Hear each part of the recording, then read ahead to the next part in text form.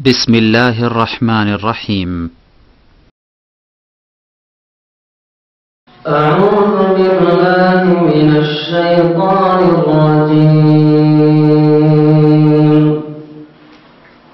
واتل عليهم نبأ إبراهيم إذ قال لأبيه وقومه ماذا تعبدون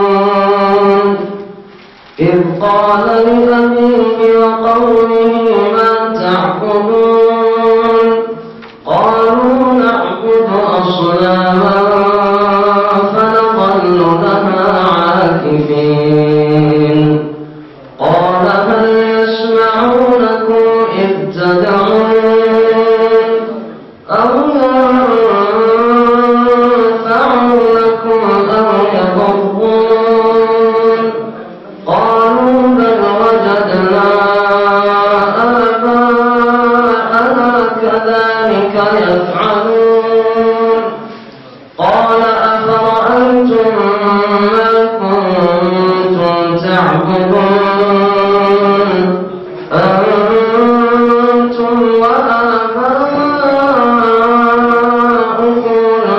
الأقدمون فإنهم عدو لي إلا رب العالمين الذي خلقني فهو يهدين والذي هو يطعمني ويسقين وإذا مرضت فهو يشفين والذي يميتني ثم يحيين والذي أطمع أن يغفر لي خطيئتي يوم الدين رب هب لي حكما وألحقني بالصالحين واجعل لي لسان صدق في الآخرين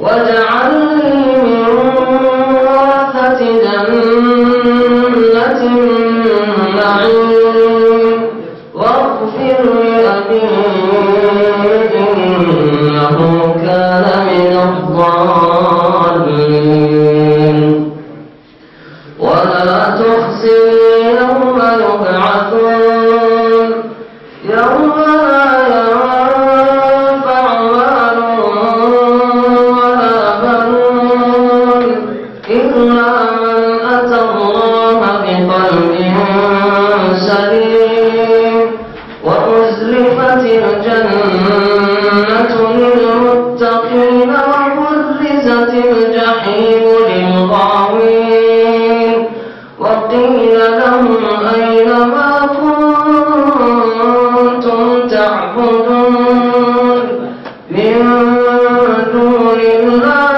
هل ينصرونكم أو ينتصرون فكبكبوا فيها هم والغاوون وجنود إبليس أجمعون قالوا وهم فيها يختصمون تالله إن كنا لفي ضلال مبين إذ نسويكم برب العالمين وما أضلنا إلا المجرمون فما لنا من شافعين ولا صديق حميم فلو أن لنا كرة فنكون من المؤمنين إن في ذلك لآية وما كان أكثرهم مؤمنين وإن ربك لهو العزيز الرحيم. السلام عليكم ورحمة الله وبركاته. بسم الله الرحمن الرحيم. الحمد لله رب العالمين والصلاة والسلام على سيد المرسلين نبينا محمد وعلى آله وصحبه أجمعين ومن تبعهم بإحسان إلى يوم الدين. أما بعد فأعوذ بالله من الشيطان الرجيم فلما تراءى الجمعان قال أصحاب موسى إنا لمدركون قال كلا إنا معي ربي سيهدين فأوحينا إلى موسى أن اضرب بعصاك البحر فانفلق فكان كل فرق كالطود العظيم وأزلفنا ثم الآخرين وأنجينا موسى ومن معه أجمعين ثم أغرقنا الآخرين إن في ذلك لآية وما كان أكثرهم مؤمنين وإن ربك لهو العزيز الرحيم। সম্মানিত ভাতৃমণ্ডলী, আল্লাহ পাক রব্বুল আলামিনের যাবতীয় প্রশংসা যে আল্লাহ পাক একই একক, যিনি মহান, যিনি সর্বশক্তিমান, যিনি সবকিছুর উপর সক্ষম, যা চান তাই হতে পারে, তার ইচ্ছার বিরুদ্ধে কিছু হতে পারে না। কোন শক্তি আল্লাহ পাকের ক্ষমতার কুদরতের বাইরে পলায়ন করতে পারে না। সালাত এবং সালাম নাযিল হবে নবী মুহাম্মদ রাসূলুল্লাহ সাল্লাল্লাহু আলাইহি সাল্লামের উপর, যাকে আল্লাহ পাক রব্বুল আলামিন শেষ রাসূল করে প্রেরণ করেছেন, তার প্রতি কোরআন কারীম নাযিল করেছেন। তার যারা অনুসারী হয়েছে আর যারা হবে কিয়ামত পর্যন্ত আল্লাহ পাক তাদেরকে সম্মানিত করবেন এই ওয়াদা করেছেন। আর তার দিন পালনে যারা গাফিলতি করবে, অবহেলা করবে, দিন থেকে সরে যাবে, আল্লাহ পাক তাদেরকে দুনিয়া এবং আখিরাতে লাঞ্ছিত অপদস্থ করবেন, এই আল্লাহ পাকের ওয়াদা রয়েছে। আমাদের তাফসীর হবে সূরাতুশ শুআরা থেকে। সূরাতুশ শুআরার আয়াত নম্বর 61 থেকে আজকে তাফসীর শুরু করব, যেখানে মূসা আলাইহিস সালামের ফেরাউনের সাথে যে ঘটনা ঘটেছে সেই ঘটনা সংক্ষেপে আল্লাহ পাক রব্বুল আলামিন বর্ণনা করেছেন। আমরা তার শেষ দিকে পৌঁছেছি তাফসীর করে। মূসা আলাইহিস সালাম যখন তার সম্প্রদায় বনি ইসরাইলদেরকে সাথে নিয়ে মিশর থেকে রাতের অন্ধকারে ভোর রাত্রে ফজরের আগেই বেরিয়ে পড়লেন আল্লাহ পাকের নির্দেশে, যে মিশর থেকে হিজরত করো এবং তোমাদেরকে এখন তোমাদের আসল ভূমি ফিলিস্তিন বা শাম দেশে চলে যেতে হবে। জানতে পারল ফেরাউন অসংখ্য সেনাবাহিনী, দেশবাসী, তাদেরকে সাথে নিয়ে সবাইকে তাড়াতাড়ি করে জানিয়ে দেওয়া হলো। আর সবাই মিলে পিছু করলো মূসা আলাইহিস সালামের এবং তার সম্প্রদায়ের, কারণ তারা দাসী ছিল। তারা যদি দেশ থেকে পলায়ন করে তাহলে ঘর সংসার অচল হয়ে যাবে, এরা আমাদের এখান থেকে বেরিয়ে যাবে, এদেরকে আমরা শাস্তি দিলাম না, আর এদের সেবা থেকে আমরা বঞ্চিত হব না, এদেরকে ছেড়ে দেওয়া হবে না। এই উদ্দেশ্য নিয়ে ফেরাউন পিছু করেছিল। আল্লাহ পাক রব্বুল আলামিন ফেরাউনকে এবং ফেরাউনের সাথী সঙ্গীদেরকে ধ্বংস করেছিলেন লোহিত সাগরের পানিতে ডুবিয়ে, যেটা ছিল মুহররম মাসের 10 তারিখ, আশুরার দিন। মহান আল্লাহ ইরশাদ করেছেন, ফালাম্মা তারা আল জামআন, যখন দুটি দল পরস্পরকে দেখল। তারা মানে একে অপরকে দেখা, রা মানে এক পক্ষ থেকে দেখা, রায়ারা আলাম তারা, তুমি কি দেখোনি? আর তারা বাবে তাফাউল থেকে, ওর মানে দুই পক্ষ থেকে দেখা, এতে মুশারাকা রয়েছে।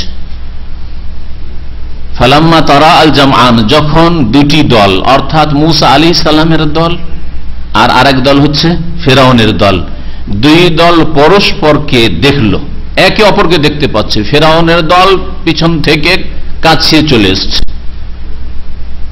এত কাছাকাছি চলে এসছে যে আগে যে চলে যাচ্ছেন মূসা আলাইহিস সালাম তার সাথী সঙ্গী অনুসারীদেরকে নিয়ে, তারা এই ফেরাউন এবং ফেরাউনের দলকে দেখতে পাচ্ছে। এইরকম যখন পরিস্থিতি, কাল আসহাব মূসা, তখন মূসা আলাইহিস সালামের সাথী সঙ্গীরা, মূসা আলাইহিস সালামের সাহাবী, যারা নবীর সাথী সঙ্গী, নবীর সাহাবী, মূসা আলাইহিস সালামের সাথী সঙ্গীরা বলল, ইন্না লামুদরাকুন, আমরা তো ধরা পড়ে যাব। আদরাকা উদ্রাকা মানে পেয়ে যাওয়া, আমাদেরকে তো এরা পেয়ে যাবে, মানে ধরে ফেলবে। কালা, তখন মূসা আলাইহিস সালাম জবাবে সাথে সাথে বললেন, বিনা কোনো বিলম্বে, এই হচ্ছে আল্লাহ পাকের প্রতি দৃঢ় বিশ্বাস, ইয়াকিন, আল্লাহ পাকের তাওয়াক্কুল, আস্থা, ভরসা, আল্লাহর প্রতি ঈমান। কাল্লা, কোশ্চিন কালেও না, হতেই পারে না, অসম্ভব। ইন্না মাইয়া রব্বি, কারণ আমার সাথে আমার প্রতিপালক আল্লাহ পাক রয়েছেন। সায়াহদিন, শীঘ্রই তিনি আমাকে রাস্তা দেখাবেন, আমাকে আল্লাহ পাক জানিয়ে দেবেন যে কিভাবে ফেরাউনের কবল থেকে রক্ষা পাবো তোমাদেরকে দিয়ে। সায়াহদিন, শীঘ্রই আল্লাহ রাস্তা দেখাবে, হতেই পারে না যে আমাদেরকে ধরে ফেলবে। আল্লাহ পাক ইরশাদ করছেন, আল্লাহর উপর ভরসা করলে যে তার ফল খুব দ্রুত পাওয়া যায়। ফাউহাইনা ইলা মূসা, অতঃপর আমি মূসা আলাইহিস সালামকে প্রত্যাদেশ করলাম, ওহী করলাম, জানিয়ে দিলাম ওহী মারফত, আনিদরিব বিআসাকাল বাহর, তোমার লাঠি সমুদ্রের উপর মারো, লাঠি দিয়ে আঘাত করো সমুদ্রের পানিতে। ফানফালাকা, আঘাত করলেন মূসা আলাইহিস সালাম। আল্লাহ পাক বলছেন তখন পানি বিভক্ত হয়ে পড়ল। ইনফালাকা মানে দ্বিখণ্ডিত হয়ে যাওয়া। ফানফালাকা, পানি দুই ভাগে ভাগ হয়ে গেল, দুই দিকে পানি, মাঝখানে পানি নেই, শুকিয়ে গেল একটা লাঠির আঘাতে। লাঠির মধ্যে এই ক্ষমতা নেই, এই ক্ষমতা কার? আল্লাহ পাকের ক্ষমতা, আল্লাহ পাকের কুদরত। মুজিজা, যেই জিনিসটা দ্বারা মুজিজা প্রকাশ পায় তাতেও সেই ক্ষমতা দেওয়া নেই, আর যার হাতে মুজিজা প্রকাশ পাচ্ছে, যেই নবীর হাতে, তার হাতেও ক্ষমতা নেই।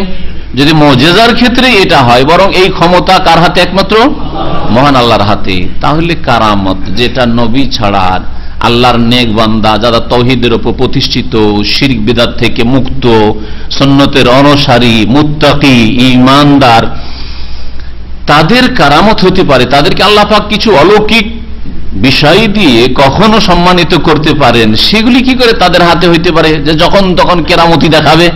তাহলে যারা কেরামতি দেখাবার কথা বলে, বা যাদের সম্পর্কে শুনছেন কিচ্ছা কাহিনী যে তারা এইরকম কেরামতি দেখিয়েছেন, এগুলি হচ্ছে ভণ্ডামি।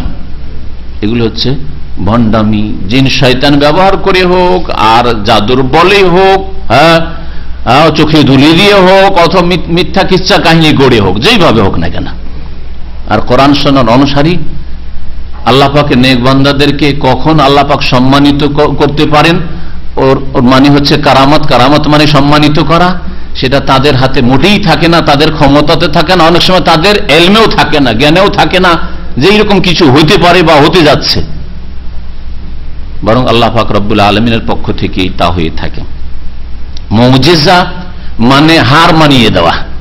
মুজিজা দিয়ে যেই জাতির জন্য নবী রাসূল পাঠানো হয়েছে, সেই নবী রাসূলের মাধ্যমে আল্লাহ পাক সেই জাতিকে হার মানতে বাধ্য করছেন যে এই রকম অসাধারণ কিছু যখন হচ্ছে, তার মানে তোমাদেরকে হার মানতে হবে এবং তোমরা স্বীকার করো যে এই হচ্ছে নবী, আমার পক্ষ থেকে প্রেরিত রাসূল। এই জন্য মুজিজাকে মুজিজা বলা। আজাজা ইউজাজু, এজাজ মানে হচ্ছে কাউকে হারিয়ে দেওয়া। আজিজ, হেরে যাওয়া মানুষকে বলা হয়। আল্লাহুম্মা ইন্না নাউযু বিকা মিনাল আজজি ওয়াল কাসল। আজজ, আল্লাহ অসহায় হওয়া থেকে, অপারগ হওয়া থেকে তোমার আশ্রয় চাচ্ছি। কোন কাজ করতে গিয়ে যেন অপারগ না হয়ে যায়, যেটা সম্ভব মানুষের জন্য। অনেক সময় সম্ভব কাজ হিম্মতি হয় না, অপারগ হয়ে যাচ্ছেন, হাত পাই চলছে না, মনটাই যাচ্ছে না, অথচ সেটা আপনার দিন দুনিয়ার ক্ষেত্রে কল্যাণকর ছিল। এই জন্য নবী সাল্লাল্লাহু আলাইহি ওয়াসাল্লাম আজজ থেকে আইন জিম জা, এর মানে হচ্ছে অপারগ হয়ে যাওয়া।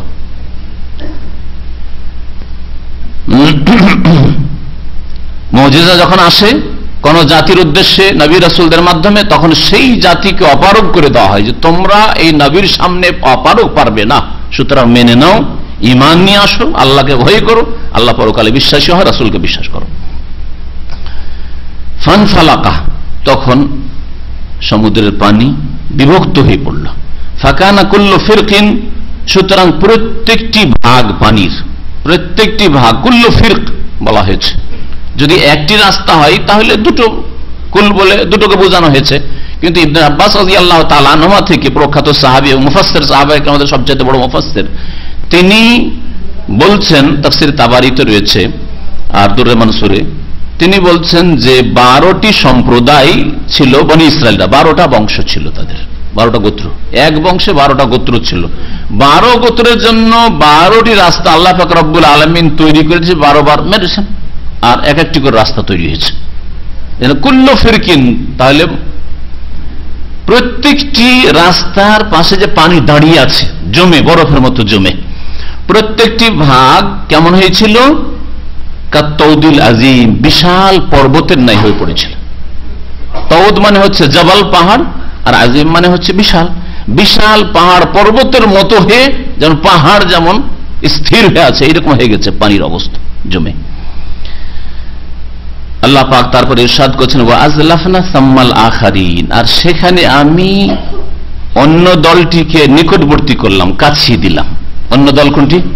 ফেরাউনের দল। ফেরাউনের দলকে কাছিয়ে নিয়ে আসলাম, এদেরকে পার করে দিলাম, আর ফেরাউনের দলকে আয়, রাস্তা তো খোলা আছে, আয়, কাছিয়ে নিয়ে আসলাম। ওয়ানজাইনা মূসা ওয়া মান মাহু আজমাইন, এবং মূসা আলাইহিস সালামকে এবং যারা তার সাথে ছিল তাদের সকলকে আমি রক্ষা করলাম, মুক্তি দিলাম, এই পানির কবল থেকে রক্ষা করলাম, নাজাত দিলাম। সুম্মা আগরাকনাল আখারিন, অতঃপর আমি অপর দলটিকে পানিতে নিমজ্জিত করলাম, ডুবিয়ে ধ্বংস করলাম। আগরাকা, গার্ক মানে ডুবিয়ে যাও, আগরাকনা আমি ডুবিয়ে দিলাম অন্য দলটিকে, ফেরাউনের দলকে। ইন্না ফি যালিকা লাআয়া, নিঃসন্দেহে এতে রয়েছে বড় নিদর্শন। লাআয়া নাকিরা, নাকিরা যদি কোন শব্দ আসে তার মানে বড়র অর্থ হয়। এই জন্য আমি কখনো কখনো তাফসীরের অর্থ করি, শাব্দিক অর্থ করি না। কোন সময় যে লাআয়া শব্দ তো শুধু নিদর্শন আছে, আর শাইখ বললেন যে বড়, বড় করতে পাওয়া গেল। লাআয়াতুন মানে হচ্ছে বড় নিদর্শন, এতে বড় নিদর্শন রয়েছে। ওয়ালা আব্দুল মুমিন খায়রু মিন মুশরিক, বালাগাত অলংকারের বিদ্যায় বলা হয়েছে যে মুমিন গোলাম মুশরিকের তুলনায় কি শ্রেষ্ঠ। মুশরিক, এখানে মুশরিক যে নাকার আছে, মুশরিকুন আযীম, একটা বিরাট বড় শিক্ষিত মুশরিক বহুত্ববাদীর চাইতে একটা কৃতদাস মুমিন শ্রেষ্ঠ, আল্লাহ বলছেন।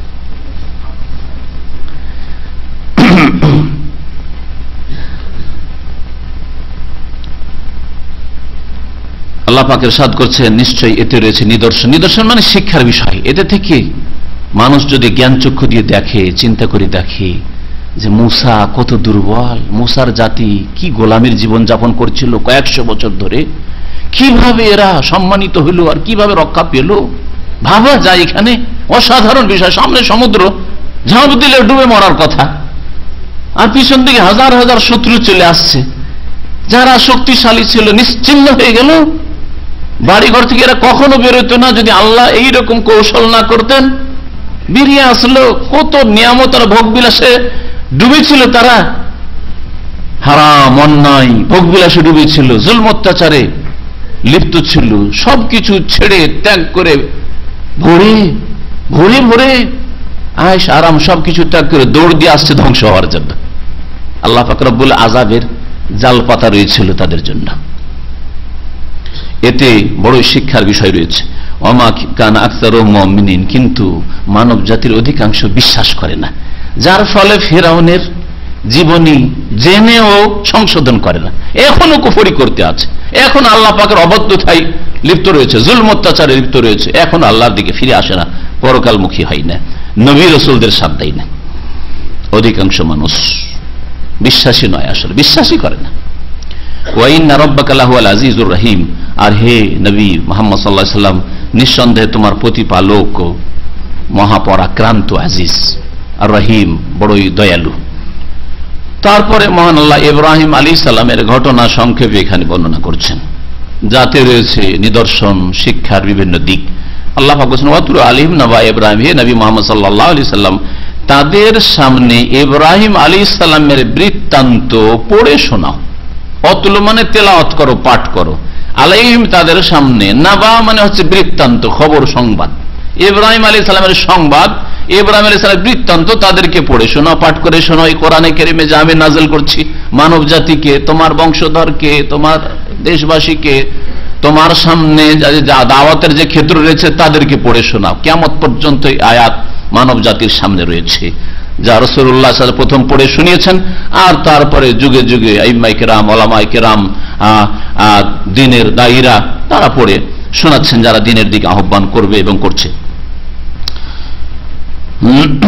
ইয ক্বাল লিআবিহি ওয়া কওমিহি মা তা'বুদুন, যখন ইব্রাহিম আলাইহিস সালাম নিজ পিতাকে এবং নিজ সম্প্রদায়কে বলেছিলেন মা তা'বুদুন, তোমরা কিসের পূজা করছো, তোমরা কিসের ইবাদত করছো, পূজা করছো, এগুলো কি করছো তোমরা?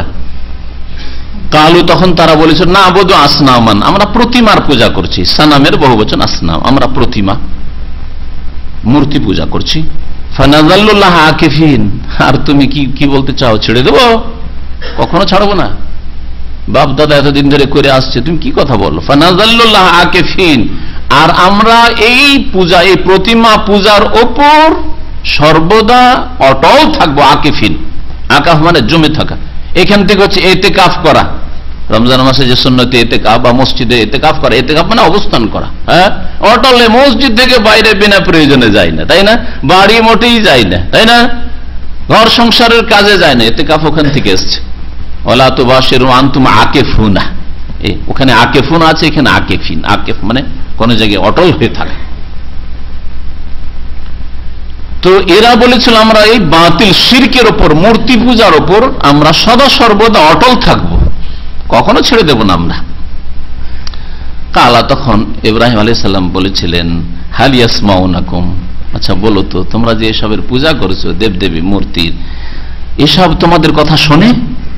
ইস্তাদুন, যখন এদেরকে ডাকো, হ্যাঁ, যখন এই দেবদেবীর নাম ধরে ডাকো, সম্বোধন করো, উদ্ধার করো, মনের আশা পূরণ করো, কামনা বাসনা পূরণ করো, এরা শোনে?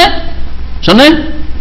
যেমন কোন মূর্তি শুনে না, তেমন কোন পাকা কবর আর পাকা কবরের গম্বুজে ওই আওয়াজ পৌঁছে না, শোনে না, শোনে না। শুধু এই নয় যে পৌত্তলিক মুশরিকদের পুতুল প্রতিমা শোনে না, আর আপনাদের মাজারওয়ালারা শোনে, শোনে না। ওমা আনতা বিমুসমাইন মান ফিল কবুর, আল্লাহ পাক কোরআনে বলছে যারা কবরে চলে গেছে তাদেরকে তুমি শোনাতে পারবে না, আল্লাহ বলছে। ইন্নাকা লা তুসমিউল মাউতা, কোরআন এখানে আয়াতে বলছি, এই এত স্পষ্ট আয়াত থাকা সত্ত্বেও কবর পূজা মুসলিম করতে পারে নাকি আবার? হ্যাঁ, কবরওয়ালাকে ডাকতে পারে। ইন্নাকা লা তুসমিউল মাউতা, নিঃসন্দেহে হে নবী তুমি মৃতদেরকে শোনাতেই পারো না। যেমন প্রতিমা পুতুল শোনে না, মূর্তি দেবদেবী শোনে না, তেমনি কবর মাজারওয়ালারা পাকা কবর হইলেই যে শোনে না, শোনে না।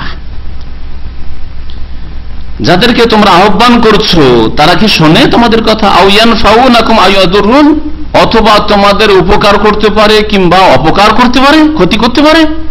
এরা কি করতে পারে? কোনো কিছু তোমাদের করতে পারে না। আর বাস্তবে প্রমাণ করে দিলেন, ইব্রাহিম আলাইহিস সালাম মূর্তি ভেঙে যে ক্ষতি যদি করতো, তো আমার ক্ষতি করতো, ক্ষতি যদি করতে সক্ষম হইতো, এই সব দেবদেবী তোমাদের মূর্তি প্রতিমা পুতো, তো আমার ক্ষতি করতো। সুতরাং এই ধারণা ভ্রান্ত ধারণা, কোনো ক্ষতি করতে পারে না। পাকা কবরকে কাঁচা কবর, সাধারণ কবরে পরিণত করে দেন, মানিজ্যতের সাথে যেমন একটা মুসলিমের কবর থাকে সেই রকম কবর করে দেন, কোনো ক্ষতি করবে না। এটা হচ্ছে ঈমান ইয়াকিন। আর যদি সামান্য সন্দেহ থাকে, কি জানি এত বড় ওলির কবর আর পাকা কবর এত যুগ ধরে আসছে, আর এত হাজার হাজার লোক ওরস করছে, যদি কবর আর গম্বুজ টম্বুজ ভেঙে দিয়ে যদি সাধারণ কবরে পরিণত করা যায়, কি যে বিপদ আপদ আসে। সামান্য যদি সন্দেহ থাকে তাহলে আপনার শিরকি আকীদা রয়েছে। নবী করিম সাল্লাল্লাহু আলাইহি ওয়াসাল্লাম পাকা কবর নয়, কাঁচা কবর বেশি একটু উঁচা করা হয়েছে, আধা হাত উঁচা করতে হবে, একটু বেশি উঁচা করা যায়, 1 হাত উঁচা করা হয়েছে। আলী রাদিয়াল্লাহু তাআলা আনহুকে নির্দেশ দিয়ে সাধারণ ঘোষণা দিয়ে পড়াচ্ছেন যে আল্লাহ তাদা কবরান মুশরাফান ইল্লা সাওয়াইতাহু, যে কোনো জায়গায় যদি কোনো উঁচা কবর দেখো সেগুলিকে একবার সমতল করে দেবে, বরাবর করে দেবে, উঁচা কবর রাখবে না, কারণ এই কবর ফিতনা হয়ে যাবে, একযুগে কবর পূজা শুরু হবে। আর তাই হয়েছে।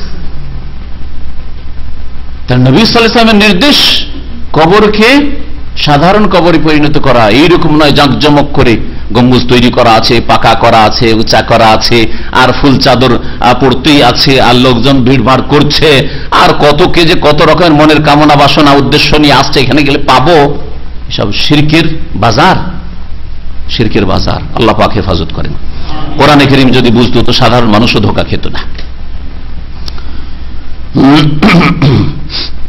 বলছেন ইব্রাহিম আলাইহিস সালাম যেগুলিকে তোমাদের উপকার করতে পারে, আও ইয়াদুরুন, অথবা তোমাদের ক্ষতি করতে পারে।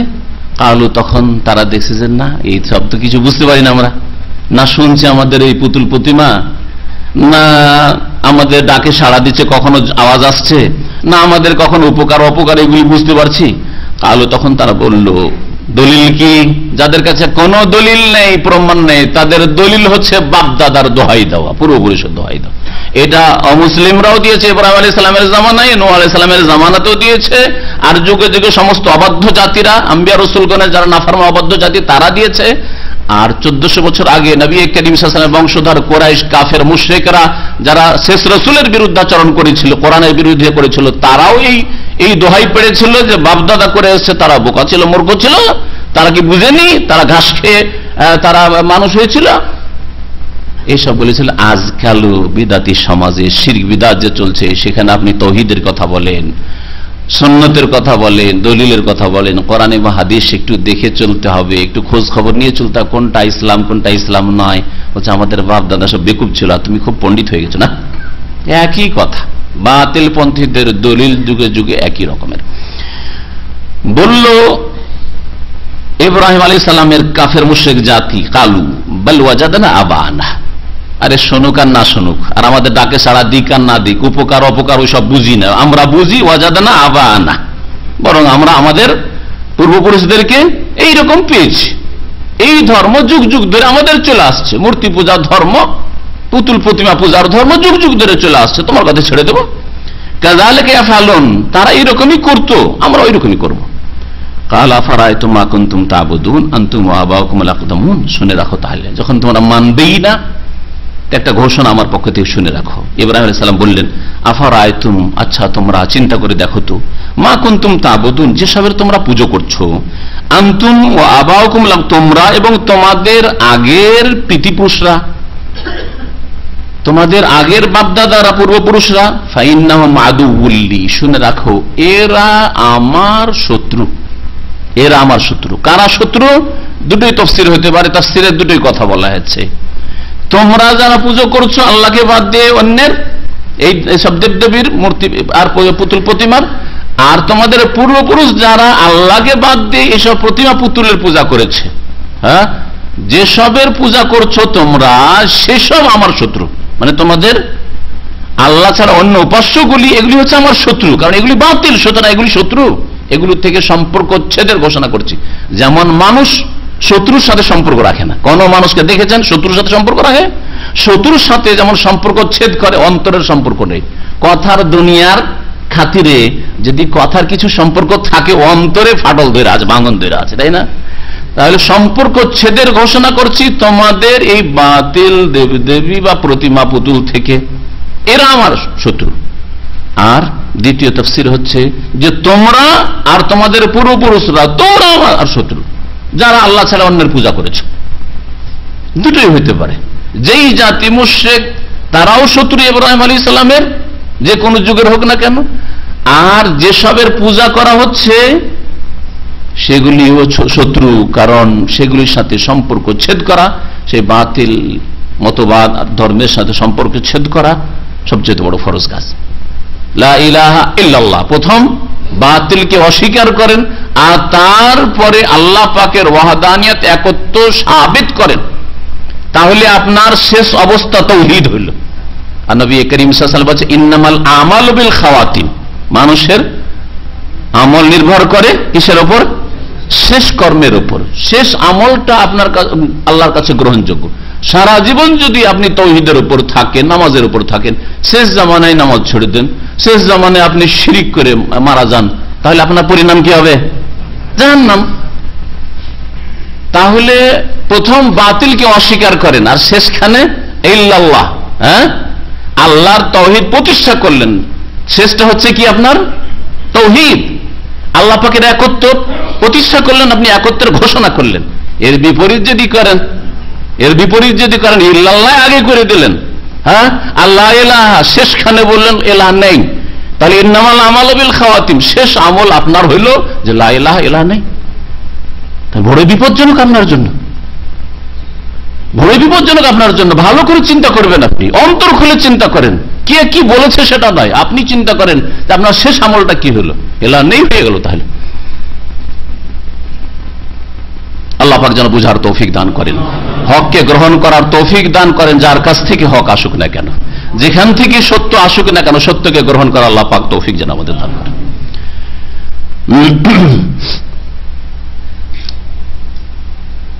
তারপরে ইরশাদ করছেন ইব্রাহিম আলাইহিস সালাম আল্লাহ পাকের গুণ সম্পর্কে, যে দেখো তোমরা যেসবের পূজা করছো এবং তোমরা আর তোমাদের আগের পূর্বপুরুষরা ফাইন্নাহুম আদুউল্লি, এরা সব আমার শত্রু, ইল্লা রাব্বাল আলামিন, তবে রব্বুল আলামিন আমার শত্রু নন, তিনি আমার বন্ধু। শেষখানে কি তাহলে? শেষখানে রব্বুল আলামিন বন্ধু, পজিটিভ। হ্যাঁ, শেষখানে আল্লাহর তাওহীদ সাব্যস্ত। যদি কোনো মানুষের শেষ নিঃশ্বাস ত্যাগ হয়ে যায় গিয়ে রব্বুল আলামিন তাওহীদের উপর হলো, তাই না? শেষখানে তাওহীদ হলো, শেষখানে তাওহীদ। ইল্লাল্লাহ এটা হচ্ছে তাওহীদ, আর লা ইলাহা এটা হচ্ছে নেগেটিভ, বাতিল কে অস্বীকার করা।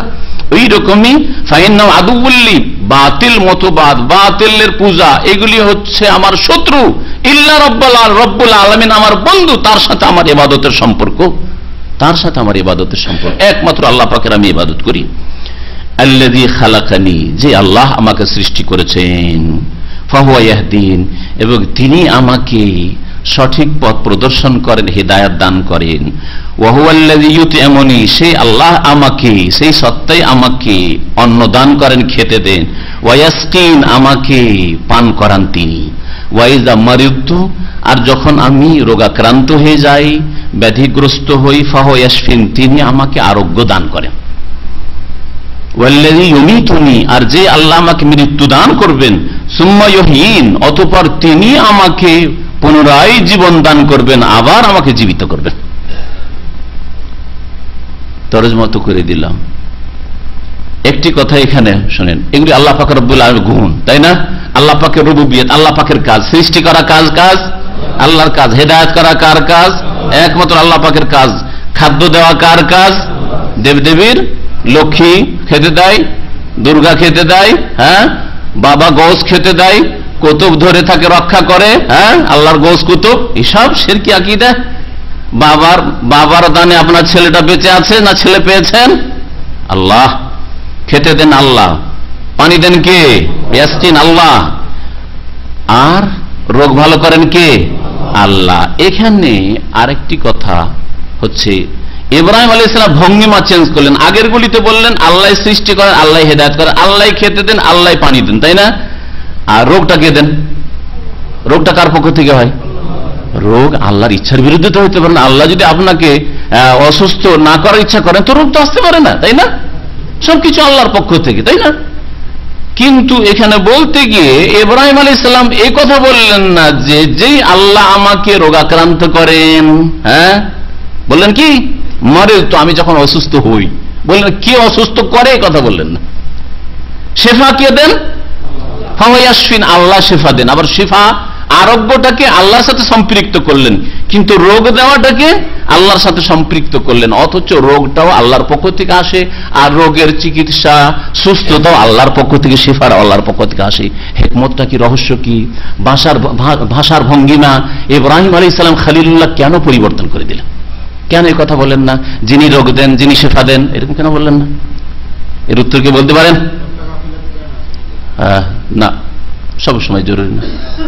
তাই নবী রাসূলগণকে অসুখ হয়েছে, নবী সাল্লাল্লাহু আলাইহি সাল্লামকে জাদু করা হয়েছে, তাহলে গাফিলতির কারণ নাকি? এটা বড় অপবাদ হয়ে যাবে। শোনেন ভালো করে, আম্বিয়া রসুলগণ সবচেয়ে বেশি আল্লাহর সামনে আদবের খেয়াল রেখেছেন।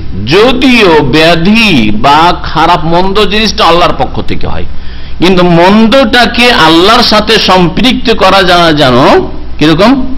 বেয়াদবি। যদিও সৃষ্টিগত দিক থেকে আল্লাহ রোগ সৃষ্টি করেন, সেই জন্য আল্লাহ সৃষ্টিকর্তা, এতে কোনো সন্দেহ নাই, কিন্তু আল্লাহর সাথে সম্পৃক্ত করে আল্লাহ আমাকে রোগ দিয়েছেন, যেন একটু বেয়াদবি কথাটা, তাই না? আমি অসুস্থ হয়েছি, আল্লাহ যেন শেফা দান করেন, কিন্তু আল্লাহ তুমি রোগ দিয়েছো, তুমি ভালো করো, বেয়াদবি হলো কথাটা। যাতে করে অধিক আদবের খেয়াল থাকে, সেই জন্য ইব্রাহিম আলাইহিস সালাম তার অসুস্থ হওয়াটাকে আল্লাহর সাথে সম্পৃক্ত করেননি, নিজে বলেছে আমি যখন অসুস্থ হয়ে পড়ি ফাহুয়া ইয়াশফিন, তখন তিনি আরোগ্য দান করেন। এই জন্য নবী করিম সাল্লাল্লাহু আলাইহি ওয়াসাল্লামের একটি দোয়ায় মাসুরাতে হাদিসের দোয়া রয়েছে, ওয়াশশাররু লাইসা ইলাইক, খারাপ জিনিস মন্দ জিনিস আল্লাহ তোমার দিকে সম্পৃক্ত করছি না,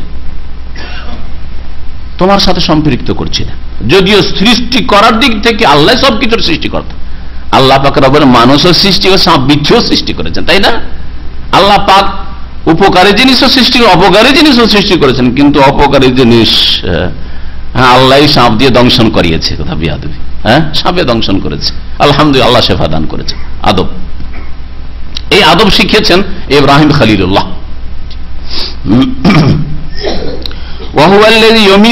আর সে আল্লাহ আমাকে মওত দান করেন। মওত দেখেন আল্লাহর সাথে সম্পৃক্ত করা হলো। মওতের মালিক আল্লাহ, হায়াতের মালিক আল্লাহ, পুনর্জীবিত করবেন আল্লাহ পাক। ওয়াল্লাযী আতমাউ, আর সেই সত্তার কাছে আমি আশা রাখি, আইয়াগফির আলী খাতিয়াতি, যে আমার গোনা ভুল ভ্রান্তি মাফ করে দেবেন, মার্জনা করে দেবেন। ইয়াউমাদ্দিন, প্রতিদান দিবসে, কিয়ামতের দিনে, বিচার দিবসে আল্লাহ আমাকে মাফ করে দেবেন, এই আশায় আল্লাহর কাছে রাখি। তাহলে আল্লাহর কাছে যে যেমন আশা রাখবে সে তেমন পাবে। আম্বিয়া রাসূলগণ যাদের ভুল হয় না সাধারণত, তারাও আল্লাহর কাছে আশা করছে আল্লাহ আমাদের গুনাহ খাতা ভুল ভ্রান্তি মাফ করে দিও। তাহলে আপনাকে আমাকে কেমন হওয়া উচিত? রব্বে হাবলি হুকমান, হে আল্লাহ, হে প্রতিপালক, আমাকে তুমি প্রজ্ঞা দান করো, হিকমত দান করো। হিকমত মানে কি? হিকমতের দুটি তাফসীর করা হয়েছে। একটি হচ্ছে জ্ঞান, আল্লাহর দ্বীনের জ্ঞান দেওয়া, বিবেক, বিবেচনা, বিচক্ষণতা, বুদ্ধিমান হওয়া ইত্যাদি, এগুলিও হইতে পারে। আবার হুকমান মানে নবুয়ত, রিসালাত হইতে পারে। আল্লাহ আমাকে হিকমত দান করো, প্রজ্ঞা দান করো, মানে আমাকে নবী রাসূল করো, এটাও হইতে পারে। আবার নবী রাসূল তো আল্লাহ পাকের দান, আল্লাহ পাক রব্বুল আলামিন করবেন বা করেছেন ইব্রাহিম আলাইহিস সালামকে, কিন্তু তার সাথে সাথে আল্লাহ আমাকে বিচার ক্ষমতা দান করো, বিচক্ষণতা দান করো, বুদ্ধি দান করো। ওয়া আলহিকনি বিসসালিহিন, আর আমাকে সৎকর্মশীলদের সাথে মিলিয়ে দাও, সৎকর্মশীলদের সঙ্গী বানিয়ে দাও। তাহলে সৎকর্মশীলদের সাথে হতে চাইবেন দুনিয়াতেও আপনি, তাহলে সৎকর্মশীলদের সাথে হতে পারবেন আখিরাতে। সৎকর্মশীলদের সাথে হওয়ার জন্য জীবনে প্রত্যেকটি ক্ষেত্রে ভালো মানুষ কারা, তাদের সাথে মসজিদে ভালো মানুষরাই আসে, সেখানে 5 ওয়াক্ত নামাজে মসজিদে হাজির হবেন, যাতে করে ওয়ালহিকনি বিসসালিহিনের বাস্তবায়ন হয়। আল্লাহ সৎকর্মশীলদের সাথে মিলিত হওয়ার সুযোগ দান করো, তৌফিক দাও মসজিদে 5 ওয়াক্ত নামাজে যাওয়ার। সৎকর্মশীল যেখানে দ্বীনি আলোচনা আছে, আলহামদুলিল্লাহ সৎকর্মশীলরাই দ্বীনের কথা শোনার জন্য আসে। আর গান বাজনার যদি আসর হইতো, কোন মেলা হইতো, দেখতেন ভিড় ভাড়, গোটা দাম্মামের বাঙালি সব উঠে চলে আসতো। অসৎ লোকেরাই পাপের কাজের জায়গায় থাকে। সুতরাং সেখানে যেন আপনাকে না পাওয়া যায়, নেকির কাজের জায়গায় যেন আপনাকে পাওয়া যায়, দ্বীন শিখার জায়গায় পাওয়া যায়, দ্বীনের প্রতি আমল করার জায়গায় পাওয়া যায়, দ্বীন প্রচারের কাজে যেন আপনাকে পাওয়া যায়। যারা দ্বীনের প্রচার প্রসার করে, দাওয়াতের কাজে, তাদের সাথী সঙ্গী যেন হতে পারেন। ওয়া আলহিকনি বিসসালিহিন, আম্বিয়া রাসূলগণের দোয়া। এইরকমই আপনি যেখানে রুম নিয়েছেন, আপনার রুমে যেন ভালো মানুষরা থাকে। এমন নয় যে আমার গ্রামের, আমার ডিস্ট্রিক্টের, আমার দেশি, সুতরাং বেনামাজি হোক, আর বেদিন হোক, আর পাপিষ্ট জুয়ারি হোক, আর চরিত্রহীন হোক, দেশিদের সাথে থাকছে না, কখনো না।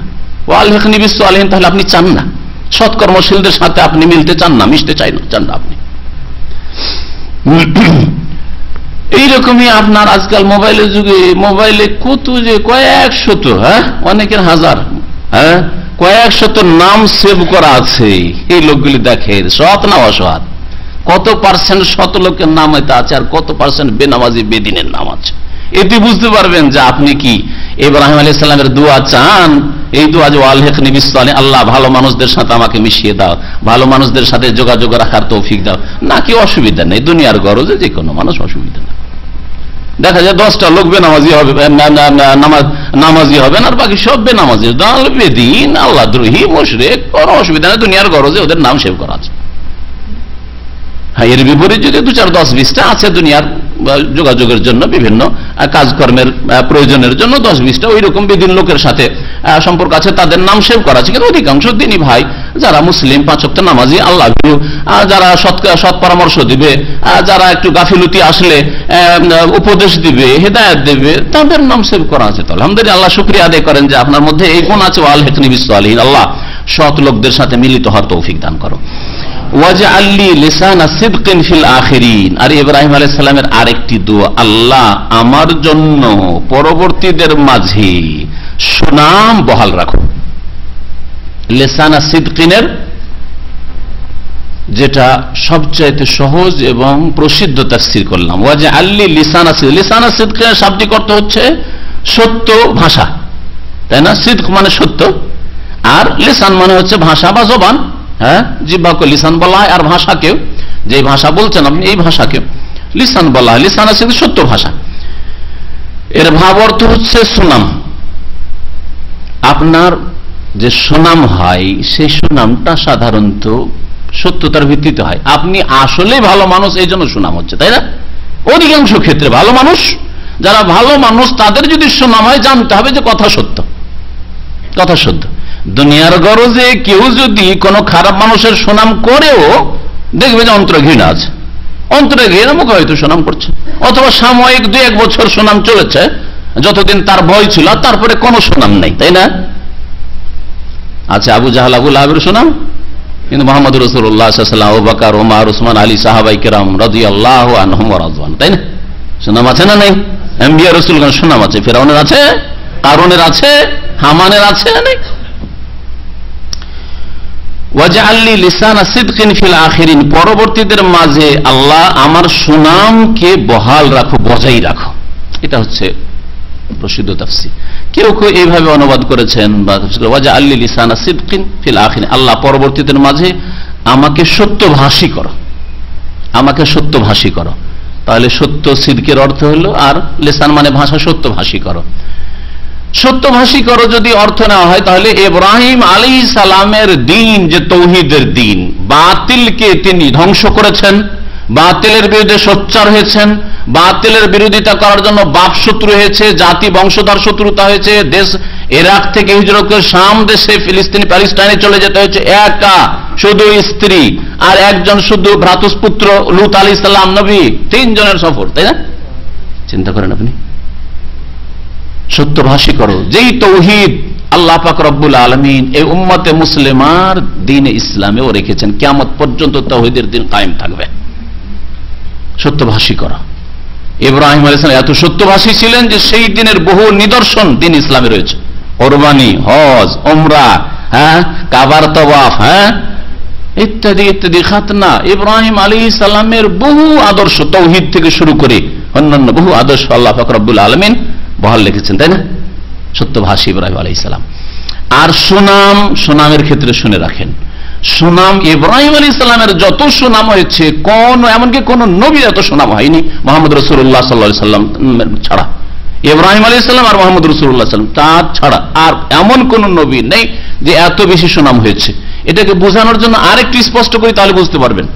মূসা আলাইহিস সালাম সম্পর্কে, ঈসা আলাইহিস সালাম সম্পর্কে বা অন্য নবী সম্পর্কে, বিশেষ করে ইহুদি খ্রিস্টানদের অবস্থানের কথা বলি। ইহুদিরা মূসা আলাইহিস সালামকে নবী মানলেও ঈসা আলাইহিস সালামকে নবী মোটেই মানে না, হ্যাঁ, বরং যারও সন্তান বলে আখ্যায়িত করে, ঠিক না? আর ঈসা আলাইহিস সালাম সম্পর্কে খ্রিস্টানরাও তাদের ধর্মকে বিকৃত করবে, তৃতীয়বাদে বিশ্বাসী হয়েছে। তারপরে ঈসা আলাইহিস সালামকে আল্লাহ পাক আকাশে উঠিয়ে সম্মানিত করেছেন, এরা বলছেন না, শুলে চড়িয়ে দেওয়া হয়েছে, মেরে দেওয়া হয়েছে, তাই না? ভ্রান্ত ধারণা। তো খ্রিস্টানদেরও ভ্রান্ত ধারণা ঈসা আলাইহিস সালাম সম্পর্কে, ইহুদিদের ভ্রান্ত ধারণা যে ঈসা আলাইহিস সালাম নবী না, খারাপ, আউযুবিল্লাহ, তাই না? কিন্তু ইব্রাহিম আলাইহিস সালাম, ইব্রাহিমকে অন্যান্যদের মাঝে ইংরেজি ভাষায় যেমন বা ইহুদি খ্রিস্টানদের কাছে আব্রাহাম বলা হয়, জানেন তো? আব্রাহাম, ইব্রাহিম আলাইহিস সালামের নাম এখনো ইহুদিরাও শ্রদ্ধার সাথে নাই, খ্রিস্টানরাও শ্রদ্ধার সাথে নাই, আর উম্মতে মুসলিমা তো শ্রদ্ধার সাথে নেই। আল্লাহুম্মা সাল্লি আলা মুহাম্মদ ওয়া আলা আলি মুহাম্মদ কামা সাল্লাইতা আলা ইব্রাহিম ওয়া আলা আলি ইব্রাহিম ইন্নাকা হামিদুম মাজিদ। আল্লাহুম্মা বারিক আলা মুহাম্মদ ওয়া আলা আলি মুহাম্মদ কামা বারাকতা আলা ইব্রাহিম ওয়া আলা আলি ইব্রাহিম ইন্নাকা হামিদুম মাজিদ। রাসূলুল্লাহ সাল্লাল্লাহু আলাইহি ওয়াসাল্লামের জন্য দোয়া করব, কত পরিমাণ দোয়া করব, এর চেয়ে বেশি পরিমাণ আর কিছু পাই না। যেমন তুমি রহমত নাযিল করেছো ইব্রাহিম আলাইহিস সালাম, ইব্রাহিম পরিবারের বংশধরের উপর, যেমন তুমি বরকত দিয়েছো, আল্লাহ বারিক আলা মুহাম্মদ ওয়া আলা আলি মুহাম্মদ কামা বারাকতা আলা ইব্রাহিম, যেমন তুমি বরকত দিয়েছো ইব্রাহিম আলাইহিস সালামের মধ্যে আর ইব্রাহিম আলাইহিস সালামের বংশে, ওই রকম বরকত দাও মুহাম্মদ রাসূলুল্লাহ ও মুহাম্মদ রাসূলুল্লাহ সাল্লাল্লাহু আলাইহি ওয়াসাল্লামের বংশধরে, আলে বা অনুসারীদের মাঝে। তাহলে কত সুনাম ইব্রাহিম আলাইহিস সালামের হচ্ছে। এমন কোন নামাজ নেই, ফরজ, সুন্নত, নফল, বেতর, যেই নামাজে ইব্রাহিম আলাইহিস সালামের নাম কোন মুসলিম উচ্চারণ করেন না নামাজি, তাই না?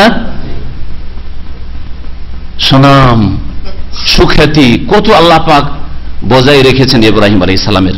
ইব্রাহিম আলাইহিস সালামের দোয়া কবুল হয়েছে।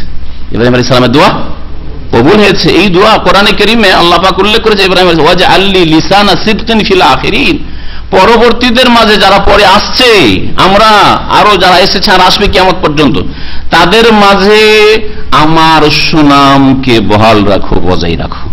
ওয়াজআলনি মিন ওয়ারাসাতি জান্নাতিন নাঈম, হে আল্লাহ আমাকে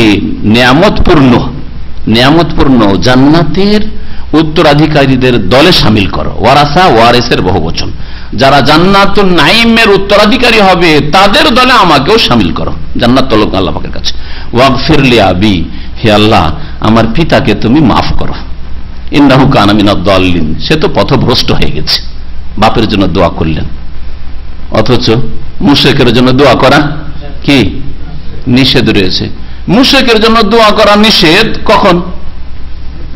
বেঁচে থাকা অবস্থায় দোয়া করা যাবে না। যে কোনো মুশরিকের জন্য দোয়া করেন, আল্লাহ তুমি এই অমুক মুশরিককে হেদায়েত করো, দোয়া করা যাবে না? দোয়া করা যাবে। কিন্তু যে শিরকের অবস্থায় মারা গিয়েছে তার মৃত্যুর পরে আর দোয়া করা যাবে না, আর দোয়া করা যাবে না। নবী করিম সাল্লাল্লাহু আলাইহি সাল্লাম দুই উমারের, এক উমারকে আল্লাহ তুমি হেদায়েত করো, এক উমার হচ্ছে উমর বিন খাত্তাব, আর এক উমার হচ্ছে আবু জাহাল, আমর ওর নাম ছিল। আল্লাহ মাহদি আহদ আল উমারাইন, দুই উমারের এক উমারকে হেদায়েত করো, দোয়া করেছেন নবী করিম সাল্লাল্লাহু আলাইহি ওয়াসাল্লাম। হেদায়েত করে মানে জান্নাতের রাস্তায় লাগিয়ে দাও, জান্নাত যাকো। জান্নাতের ক্ষেত্রে আমার মধ্যে কেন সংকীর্ণতা? সারা দুনিয়ার মুশরিক যদি কাফের মুশরিক নাস্তিকরা জান্নাতে যায় তো আমার আপনার অসুবিধাটা কি? অসুবিধা আছে? আপনার জান্নাত না আপনার জমি জায়গা দখল করে নেবে, হ্যাঁ লোকজন বেশি সংখ্যা বেড়ে যাবে সেজন্য নাগরিকত্ব দেব না, হ্যাঁ যেমন আজকাল নাগরিকত্বের ক্ষেত্রে না না না কোনো নাগরিকত্ব নেই, কারণ লোকজন বেড়ে যাবে, দেশে জায়গা হবে না, এই চিন্তাধারা, তাই না? কিন্তু জান্নাতে গিয়ে আপনার কোনো দখল আছে না, লোক সংখ্যা বেড়ে গেলে অসুবিধা হয়ে যাবে, ভাই আমাদের ভিড় ভাড় হয়ে যাবে, না এরা না আসুক, যাক জান্নাত যাক, এইরকম যেন মন মানসিকতা থাকবে। যতই বড় আল্লাহ দ্রোহী হোক না কেন, যতই বড় মুশরিক হোক না, যতই বড় আপনার ইসলামের শত্রু হোক না কেন, মুসলিমদের ভিতরকার হোক আর বাইরের হোক, আমরা মুসলিমদের ভিতরে জন্মসূত্রে এরা মুসলিম বিভিন্ন পাপে জড়িয়ে আছে বা ইসলাম বিরোধী কিছু কাজ করছে বা কথা বলছে, যার ফলে আমাদের অন্তরে এত সংকীর্ণ যে আর হেদায়েতের দোয়া করবো আল্লাহর গজব, যাক জাহান্নামে যাক, দিলেন জাহান্নামে পাঠিয়ে কুফরি ফতোয়া ঢালাহারে লাগিয়ে দিলেন। এটা চরিত্র নাকি? এটা নবী রাসূলগণের চরিত্র না, না না কখনো না। ওয়াগফির লি আবি, আল্লাহ আমার বাপকে মাফ করো। আল্লাহ তোমার বাপ আর হেদায়েত হবে না, এই মুশরিক অবস্থায় মরে গেল, বাবু তার আর দোয়া করবে না, আল্লাহ নিষেধ করে। সূরা তাওবাতে আল্লাহ নিষেধ করেছেন, সূরা তাওবাতে আল্লাহ পাক নিষেধ করেছেন। তো আল্লাহ পাক রব্বুল আলামিন ইব্রাহিম আলাইহিস সালাম দোয়া করেছিলেন যে বাপের সাথে একটা ওয়াদা করা ছিল যে বাপ তুমি হেদায়েত হওয়ার না হও তোমার জন্য লা আস্তাগফিরান্না লাক, দোয়া করতে থাকবো তোমার জন্য।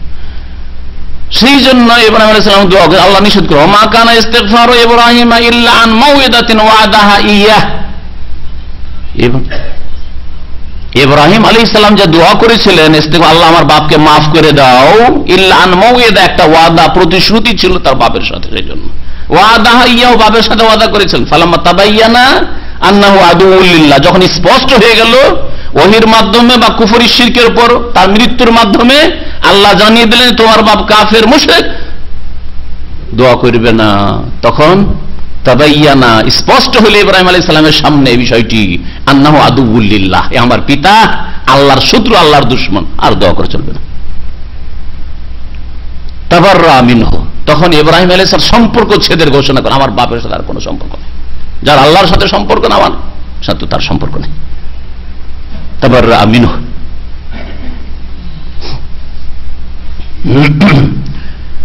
সুতরাং আপনার বাপ যদি শিরক কুফরি করে, কবর মাজারে সিজদাও করে, দোয়া করে, হেদায়েতের দোয়া করেন, আল্লাহ জান্নাতের রাস্তায় লাগিয়ে দাও, আল্লাহ তার গুনাহ খাতা মাফ করে দাও, গুনাহ খাতা মাফ করে মানে হেদায়েত করে, হেদায়েত না হলে তো গুনাহ খাতা মাফ হবে না শিরকের। দোয়া করতে থাকেন, দোয়া করতে থাকেন, হ্যাঁ যতক্ষণ পর্যন্ত মওত না আসছে দোয়া করতে থাকেন, একবার দোয়ার মেহনত চালান আর দাওয়াতের মেহনত চালান।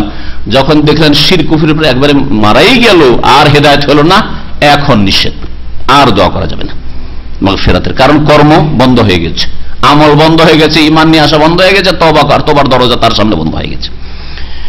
ওয়ালা তুখজিনি ইয়াওমা ইউবআসুন, হে আল্লাহ পুনরুত্থানের দিনে, যেই দিন লোকেরাকে উঠানো হবে, সেই দিন আমাকে অপদস্থ লাঞ্ছিত করিও না, সেই দিন লাঞ্ছিত করিও না। আমার বাপ কাফের মুশরিক হয়ে আসবে আর আমার চোখের সামনে জাহান্নামে যাবে, বড় লাঞ্ছিত অপদস্থ হব, অপদস্থ করিও না। এই জন্য ইব্রাহিম আলাইহিস সালামের বাপকে যখন হাসরের মাঠে হাজির করা হবে, বললেন ইয়া আল্লাহ, সেই বুখারীর হাদিস, ইয়া আল্লাহ আমার সামনে আর সারা দুনিয়ার যত মানুষ আদম সন্তান সবার সামনে ইব্রাহিমের বাপ ইব্রাহিমের সামনে জাহান্নামে যাচ্ছে। আল্লাহ বড়ই লাঞ্ছনা, বড়ই লাঞ্ছনা আল্লাহ। তখন আল্লাহ পাক রব্বুল আলামিন হঠাৎ করে বললেন তোমার পায়ের দিকে দেখো। হঠাৎ করে তার বাপকে একটা পশুর আকার দিয়ে দেওয়া হবে, পশুর মতো হয়ে একটা জানোয়ার যেন পড়ে আছে, আর সেটাকে তখন জাহান্নামে নিক্ষেপ করে দেওয়া হবে। লোকেরা টের পাবে না যেটাই ইব্রাহিমের বাপ পশু, এটা পশু ছিল, ইব্রাহিমের বাপ আর বুঝতে পারবে না। ওয়ালা তুখজিনি ইয়াওমা ইউবাসুন, আল্লাহ কিয়ামতের দিনে বিচার দিবসে পুনরুত্থানের দিবসে আমাকে লাঞ্ছিত অপদস্থ করিও না। সেই দোয়াও ইব্রাহিম আলাইহিস সালামের কবুল হয়েছে, যেটা ওই হাদিস প্রমাণ করে। ইয়াওমা লা ইয়ানফাউ মালু ওয়া বানুন, সেই কিয়ামতের দিনে বিচার দিবসে না কোনো ধন সম্পদ কাজে আসবে, না সন্তানরা কাজে আসবে। বানুন ইবনুনের জামা হচ্ছে বানুন, বানিন, সন্তানরাও কাজে আসবে না। ইল্লা মান আতাল্লাহ বিকলবিন সালিম, হ্যাঁ কাজে কি আসবে, হ্যাঁ ওই ব্যক্তি জান্নাতি হতে পারবে, ওই ব্যক্তি রেহাই পাবে আল্লাহর আযাব থেকে, যেই ব্যক্তি আল্লাহর সামনে আগমন করবে বিকলবিন সালিম, সুস্থ হৃদয় নিয়ে। সালিম, সালিম সুস্থ হৃদয় নিয়ে। সুস্থ হৃদয় কেমন? এই কলবুন সালিমের তাফসিরে এক এক তাফসির কারণ এক এক রকম কথা বলে, সবগুলির সমন্বয়ে বলছি আমি, সবগুলিকে মিলিয়ে বলছি যাতে বুঝতে সুবিধা হয়। ব্যাধি রোগ যে অন্তরের আছে দুই রকমের, উলামায়ে কেরামগণ বলেছেন, আর কোরআনে কারীমে দুই রোগের কথা উল্লেখ করা হয়েছে। একটা হচ্ছে মারজুস শাহওয়াত, আর একটা হচ্ছে মারজুস শুবহাত। একটা হচ্ছে সংশয়ের রোগ, সংশয়ের ব্যাধি, আর একটা হচ্ছে কুপ্রবৃত্তির ব্যাধি, শাহওয়াতের ব্যাধি। শুবহাত মানে সংশয়, যারা শিরক করে সংশয় আল্লাহর তাওহীদ একত্ব সম্পর্কে, যারা নাস্তিকতায় নিমজ্জিত, কুফরি করে, কুফরি কথা বলে, হ্যাঁ আল্লাহ পরকালে বিশ্বাস করে না, শুবহাত সংশয় রয়েছে। যারা সুন্নতের অনুসারী নয়, বিদআত করে, সংশয় রয়েছে। আমরা তো নবীর মহব্বতই করি, কোন দোষের কাজ করলাম, কোন দোষের কাজ করলাম? আমরা তো নবীর মহব্বতই করি, সারা বছর কিছু করতে পারছি না, 12 রবিউল আউয়ালে তো করি। এই যে সংশয়, মগজে শয়তান সংশয় ঢুকিয়ে রেখেছে, সংশয়ের ব্যাধি কলবে ঢুকে আছে। তো মারজুস শাহওয়াত হয়ে, শুবহাত হয়ে গেল। আর দ্বিতীয় রোগ হচ্ছে মারজুস শাহওয়াত, কুপ্রবৃত্তির অনুসরণের ব্যাধি। শাহওয়াত মানে মনের চাহিদা মিটাইতে হবে, মনের চাহিদা মিটানোর জন্য হারাম খাওয়া, হারাম উপার্জন করা, হারাম দেখা, হারাম ভোগ করা, খুন করা, জেনা, ব্যভিচার, মদপান, সুদ, ঘুষ, জুলম, অত্যাচার, সবকিছু কিসের কারণে হয়? হ্যাঁ কিসের কারণে হয়? কুপ্রবৃত্তির অনুসারে, দুনিয়ার চাহিদা মিটার, আমার চাহিদাতে ব্যাঘাত ঘটিয়েছে, তাই এই অন্যায় কাজ হইল আমার দ্বারা, তাই না? আল্লাহ হেফাজত করে। যারা অন্যায় কাজ করে এরকমই না হয়? এইরকমই ফরজ ওয়াজিব ত্যাগ করা কি জন্য হয়? কুপ্রবৃত্তির অনুসারে। নামাজ পড়ে না, নামাজ পড়ে না কি জন্য? ঘুমটা প্রিয়, হ্যাঁ ঘুমটা প্রিয়, শরীরের আরামটা তার কাছে প্রিয়, শরীরের চাহিদা মিটাতে গিয়ে এই কুপ্রবৃত্তির অনুসরণ করে দিয়ে গিয়ে 5 ওয়াক্ত নামাজ পড়েন। আরেক দল যারা পরকালে বিশ্বাসী না, নামাজে বিশ্বাসী, নামাজ পড়েন, ওটা হচ্ছে সংশয়ের ব্যাধি, কুফরির ব্যাধি, ওটা সংশয়ের ব্যাধি। তো যতগুলি পাপ পৃথিবীতে হচ্ছে, শিরকের পাপ হোক আর বিদআতের পাপ হোক, যেই দুটি পাপ হয় কিসের কারণে? সংশয়ের রোগের কারণে, অন্তরে সংশয়ের রোগ রয়েছে। আর বাকি যতগুলি ফরজ ওয়াজিব ছাড়া হোক অথবা হারাম গুনহার কাজ করা হোক, নিষিদ্ধ কাজ করাই হোক, এগুলি কেন হয়? শাহওয়াতের ব্যাধির কারণে, কুপ্রবৃত্তির ব্যাধি অন্তর রয়েছে। মনের চাহিদা পূরণ করতে গিয়ে, শরীরের চাহিদা পূরণ করতে গিয়ে জেনায় লিপ্ত হইল, মদ পানে লিপ্ত হইল, জুয়া খেলায় লিপ্ত হইল, হারাম রুজি রোজগারে লিপ্ত হইল, হ্যাঁ বিভিন্ন রকমের পাপে জড়িয়ে পড়লো, ফরজ ওয়াজিব ছেড়ে দিল, শরীরের চাহিদা মিটাতে গিয়ে রোজা রাখলো না, রোজা রাখা কষ্ট লাগে, শরীরের চাহিদা মিটাতে গিয়ে এত টাকা খরচ করে হজ করতে পারবো না, হজ করলো না, শরীরের চাহিদা মিটাতে গিয়ে ধন সম্পদ এত টাকা চলে যাবে, যাকাতে দিল না, ইত্যাদি। যারা এই দুই রোগ থেকে মুক্ত অন্তর নিয়ে, সুস্থ অন্তর নিয়ে আল্লাহর সামনে হাজির হবে, তারাই শুধু জান্নাত পাবে। তাহলে শিরক করে গেলে জান্নাত পাওয়া যাবে না, বিদআতি অবস্থায় বিদআত করে মারা গেলে জান্নাত পেতে বাধা প্রাপ্ত হবে, চিরকালের জন্য তারা প্রাপ্ত না হইলে কিছু কালের জন্য, দীর্ঘকালের জন্য জাহান্নামে যেতে আল্লাহ পাকের আযাব পেতে হবে। আর যদি বড় শিরক কুফরি পর্যন্ত সে বিদাত না পৌঁছে, এইরকমই কাবিরা গুনাহ করে গেলে চিরকালের জাহান্নামী যদি নাও হয় তো দীর্ঘকালের জাহান্নামী হবে, দীর্ঘকাল আল্লাহ পাকের আযাব ভুগবে। তারপরে যদি মুমিন মুসলিম হয় আর যদি তার ইসলামের প্রমাণ দিতে পারে 5 ওয়াক্ত নামাজের মাধ্যমে, তাওহীদের মাধ্যমে, বড় শিরক থেকে মুক্ত হওয়ার মাধ্যমে, তো কখনো জান্নাতে আসতে পারে। তা আল্লাহ পাক বলছেন যে সেই দিন না ধন সম্পদ কারো কাজে আসবে, না সন্তান সন্ততি কাজে আসবে, বরং কি কাজে আসবে? সুস্থ হৃদয়। সুস্থ হৃদয় দিয়ে আল্লাহর সামনে যে আসতে পারবে সেই ব্যক্তি জান্নাত পাবে। ওয়া উযলিফাতিল জান্নাতু লিল মুত্তাকিন, আর জান্নাতকে আল্লাহ ভীরুদের জন্য, যারা পাপমুক্ত গুনাহ থেকে বাঁচতে চায় তাদের জন্য নিকটবর্তী করা হবে। উযলিফাত ওয়া বুররিজাতিল জাহিম লিল গাওয়িন, আর পথভ্রষ্টদের জন্য জাহান্নামকে উন্মোচিত করা হবে। বারাজা ইয়াবরুজু, বারাজা মানে প্রকাশ করা, জাহান্নামকে প্রকাশ করা হবে, হাজির করা হবে। নবী করিম সাল্লাল্লাহু আলাইহি ওয়াসাল্লাম হাদিসে রয়েছে যে হাশরের মাঠে জাহান্নামকে ফেরেশতারা নিয়ে আসবে। জাহান্নাম আসছে আর তার লাগাম থাকবে। কতগুলি লাগাম থাকবে? 70,000 জিমামিন, 70,000 লাগাম থাকবে। আর প্রত্যেকটি লাগামকে ধরে টেনে থাকবে জাহান্নামের তর্জনকে থামানোর জন্য আর ধরে রাখার জন্য। কতজন ফেরেশতা? এক এক লাগামে 70,000 ফেরেশতা। নবী করিম সাল্লাল্লাহু আলাইহি ওয়াসাল্লামের সহিহ হাদিস রয়েছে। আইনাল জাব্বারুন আইনাল মুতাকাব্বিরুন, কোথায় অহংকারীরা, কোথায় দাম্ভিকরা, কোথায় বেদিনরা, কোথায় বেনামাজিরা? যাদের অহংকার ছিল যে নামাজ পড়ে কি হবে, যার কাজ কাম নেই সে নামাজ পড়ো, আমার কাজ কাম আছে, ব্যস্ততা আছে, কোথায় নামাজ পড়ার সময়? আইনাল জাব্বারুন মুতাকাব্বিরুন, কোথায়? জাহান্নামের গর্জন সেদিন থাকবে।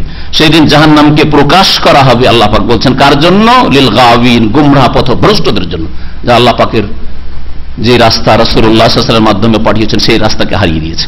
ওয়াকিলা লাহুম, আর সেই সব লোকদেরকে বলা হবে আইনা মা কুনতুম তা'বুদুন, তোমরা কোথায় কিসের পূজা করতে? আইনা মা কুনতুম, কোথায় কিসের পূজা করতে তোমরা?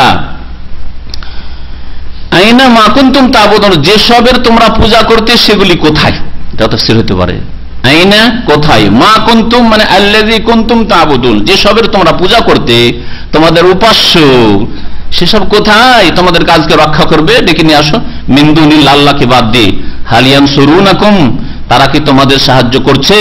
আও ইয়ানতাসিরুন, নাকি তারা প্রতিশোধ নিতে পারবে, নিজের সাহায্য করতে পারবে? তোমাদের সাহায্য তো করতে পারলো, নিজের সাহায্য করুক, নিজেকে রক্ষা করুক দেখি।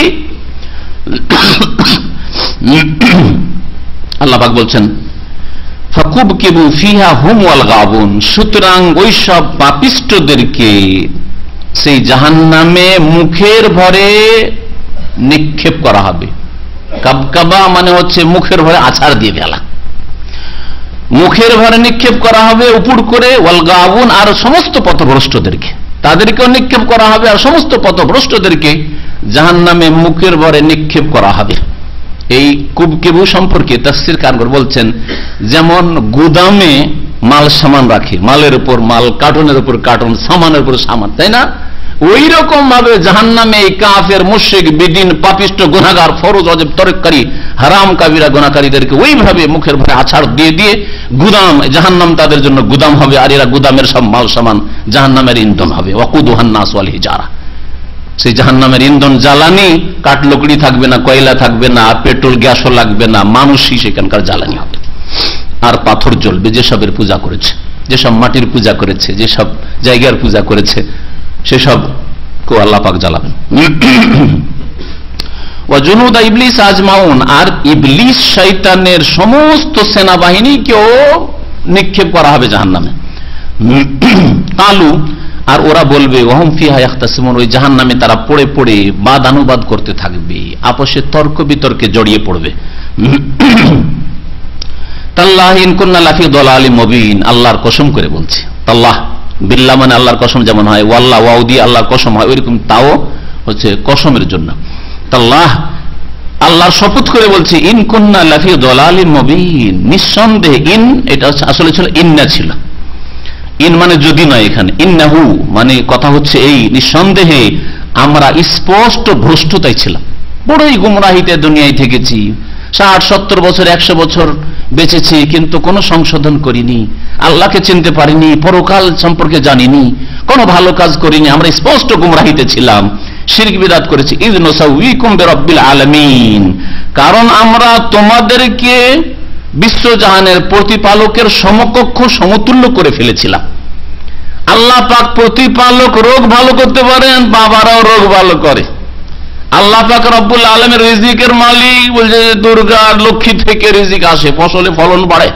হ্যাঁ, মাজারে চাদর চড়াইলে রিজিকে বরকত হয়, ওরসে গেলে দিন দুনিয়ার উন্নতি হয় তাদের। ইয নুসাউইকুম বিরাব্বিল আলামিন, রব্বুল আলামিনের সমকক্ষ করে দিয়েছে না, আল্লাহর হকগুলি তোমাদেরকে দিয়ে দিয়েছিলাম, তোমরাও জ্বলছো আমরাও জ্বলছি। তোমরা পথভ্রষ্ট করেছো, মুরব্বীরা বাতিল মুরব্বীরা পথভ্রষ্ট করেছে, তারাও জ্বলছে, আর তাদের সাথে তর্ক বিতর্ক করবে যে বড়ই অন্যায় কাজ করেছি। সাধারণ লোকেরা বলবে যে তোমাদেরকে আমরা মনে করেছিলাম তোমরা পীরে কামেল, তোমরাই দাতা, তোমরাই দিতে পারো, তোমরাই রাজ্জাক, তোমরাই গরিব নওয়াজ, তোমরাই গৌসুল আজম, অথচ এসব কিছুই তোমরা আল্লাহর গোলাম, আমরা আল্লাহর গোলাম। আজকে বুঝতে পেরেছি।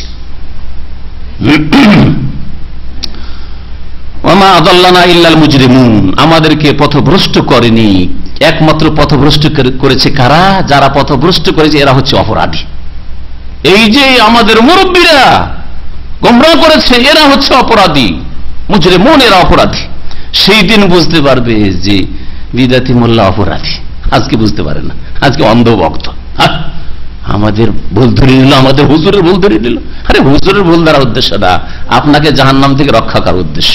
হুজুরের সাথে আমার এক পয়সার কোন ইখতিলাফ নেই, একটা পয়সা নিয়েও কোনো সময় দ্বন্দ্ব হয়নি, কোন দ্বন্দ্ব। আল্লাহ পাক সকলকে হেদায়েত করুক, আপনাকেও হেদায়েত করুক, আমাকে আল্লাহ হেদায়েত করুক, আর আপনার হুজুর যারা গুমরাহ করছে তাদেরকে আল্লাহ পাক হেদায়েত করুক যদি বেঁচে থাকে।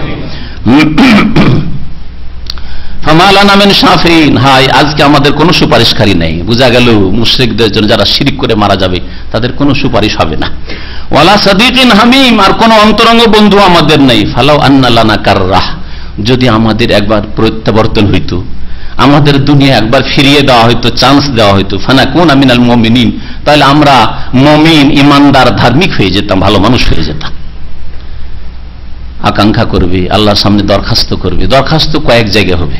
মওতের সময় দরখাস্ত করে পাপিষ্ঠরা, যে কোনো পাপ করে যখন মারা যায় মানুষ, মওতের সময় মালাকুল মওত আযাবের ফেরেশতাকে দেখলে আল্লাহ সুযোগ দাও, সুযোগ দেয়, একবার কিছুটা সময় দাও, দরখাস্ত করে। কবরের জীবনে দরখাস্ত করতে থাকবে, রব্বের জীবন, আর হাসরের মাঠে দরখাস্ত করবে, জাহান্নামে দরখাস্ত করবে। এদেরকে জাহান্নামে নিক্ষেপ করে দেওয়া হয়, জাহান্নামে তর্ক বিতর্ক চলছে। আর বুঝতে পেরেছে যে আমাদেরকে গোমরাহ পথভ্রষ্ট করা হয়েছে, ভুল পথে চালিত করা হয়েছে। আল্লাহর কাছে দরখাস্ত করে ফালাউ আন্না লানা কাররা, যদি আল্লাহ আমাদেরকে ফিরিয়ে দিতেন, আমাদের একবার প্রত্যাবর্তন পৃথিবীতে হইতো, রিটার্ন হইতো, ফানাকুনা মিনাল মুমিনিন, তাহলে আমরা ইমানদার, ধার্মিক হয়ে যেতাম। আল্লাহ পাক এর জবাব কোরআনে কারীম অন্য আয়াতে দিয়েছেন, যে আয়াতের তাফসীর কয়েক মাস আগে করেছি। ওয়ালাউ রুদ্দু লাআদু লিমানুহু আনহু, তাদেরকে যদি ফিরিয়েও দেওয়া হইতো, সাপোজ ধরে নাও যে ফিরিয়ে দিলাম, ফিরিয়ে দেওয়া হবে না। একবার আযাব দেখে নেওয়ার পরে দুনিয়া আবার ফিরে আসবে। মালাকুল মওতকে দেখে নিল, কবরের আযাব দেখে নিল, জাহান্নামের আযাব দেখে নিল, আর একবার তোমাদেরকে চান্স, যাও ফিরে আসো, যাও, কি করে আসছো আসো না, কখনো হবে না এটা।